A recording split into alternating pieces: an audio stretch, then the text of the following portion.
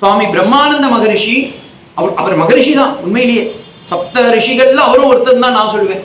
சென்னை மடத்துல அவர் இருக்கார். அவர் கீழே மந்திர தீட்சை வாங்கினவர் சுவாமி யதீஸ்வரானந்த மகாராஜ். பின்னாடி வைஸ் பிரசிடென்ட் ஆஃப் ராமகிருஷ்ண ஆர்டர்ல இருக்கார். அப்ப அவர் பிரம்மச்சாரியாவோ சன்னியாசியாவோ இருக்கார். அவர் அன்னைக்கு பூஜை பண்றார். பூஜை பண்ணிட்டு இருக்கும் போது குருமராஜுக்கு அந்த சாமரம் வீசுறா பாருங்க. அடியன் கூட இந்த ஈவினிங் ஆரத்தில பாத்தீங்கன்னா ஒரு குழந்தை கேட்டா, சுவாமி எல்லாம் பண்ணீங்க, அது என்ன கடைசியில ஒரு பாம் அப்படியே புசு புசுன்னு ஏதோ ஒண்ணு போடுறேன், அதுக்கு பேர் சாமரம்னு பேர். பகவானுடைய இந்த ஆரத்தியே ஒரு பெரிய பொக்கிஷம். எல்லாம் அப்பதான் நம்ம கண்ணை மூடக்கூடாது, கண்ணை திறந்து பார்க்கணும். ஏன்? பகவானே ஒரு சாநித்தியத்தை நான் அப்படியே உணர்றனே. பஞ்சபூதங்கள்ல யார் அக்னி தத்துவமா இருக்காரோ, யார் ஆகாச தத்துவமா இருக்காரோ, யார் வாயு தத்துவமா இருக்காரோ, யார் ஜல தத்துவமா இருக்காரோ, யார் பிருத்திவி தத்துவமா இருக்காரோ, அத்தனை தத்துவத்தையும் உனக்கு நான் எடுத்துக்கிறேன், காமிக்கிறேன் அப்படின்ற. அதனாலதான் முதல்ல அக்னியை உயர்த்துறோம். இந்த கண்டன பாடும்போது பார்த்தீங்கன்னா முதல்ல அக்னியை எடுத்துரும்.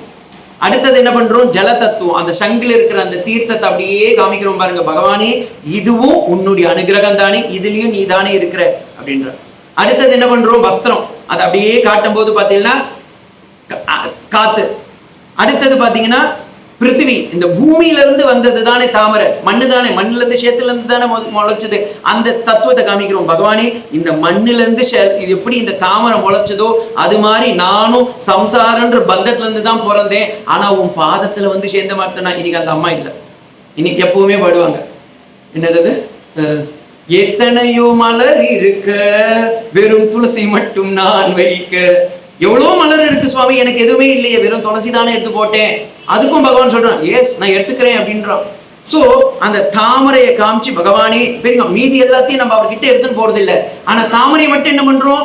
எடுத்துட்டு போய் வச்சு அவர் பாதத்துல சேர்த்து விட்டுறோம். பகவானே இந்த பாதத்துல எப்படி அந்த தாமரையை ஏத்துட்டியோ அதே மாதிரி என்னையும் ஏத்துக்க மாட்டியா அப்படின்னு காமிச்சு, அடுத்தது காத்துக்கு அந்த சாமரம், அந்த சாமரத்தை எடுத்து போடும்போது என்ன பண்றோம்? அப்படியே பகவானே உன் சன்னிதானத்துல என்னையும் இந்த பக்தி பிரபாவத்துல ஐக்கியம் பண்ணிக்கோ அப்படின்னு வேண்டிக்கிறோம். அதுதான் கண்டனபவ அப்படின்ற ஒரு அந்த இது சுவாமி விவேகானந்தரே எழுதியிருக்கார் பாருங்க. ஒரு ரிஷிகள்லாம் எழுதுறான்னா அது சும்மா கிடையாது.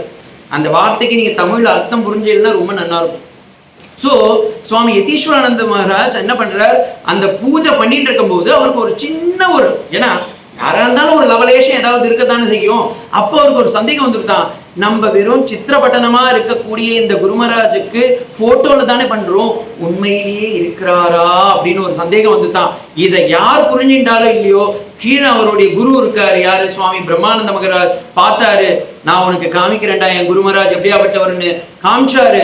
இப்ப போட்டோல மட்டும் இல்ல, சைட்ல இருக்காரு, லெஃப்ட்ல இருக்காரு, ரைட்ல இருக்காரு, மேல இருக்காரு, எங்க பார்த்தாலும். இப்ப அவர் இருக்க இடத்துல தானே சாமரம் போடணும். பார்த்தாரு, இந்த பக்கம் போட்டார், அந்த பக்கம் போட்டார், அந்த பக்கம் போட்டார், சுத்தி சுத்தி போட்டு டபால் வந்துட்டார். அப்ப கேட்டாரா, இப்ப புரிஞ்சுட்டா உனக்கு அப்படின்னு. ஏன்னா வேதம் சொல்றது, நான் பிரக்ஞம் ந பகிஷ் பிரக்ஞம் ந பயத பிரக்ஞம், நான் ந பகிஷ் பிரக்ஞம் ந பிரக்ஞம் நா பிரக்ஞம். எல்லாம் சைட்ல இருக்கார், ரைட்ல இருக்கார், லெஃப்ட்ல இருக்கார், மேல இருக்கார், கீழே இருக்கார். அவர் இல்லாத இடம் எங்கப்பா இருக்கு அப்படின்னு காமிச்சு கொடுத்துட்டார்.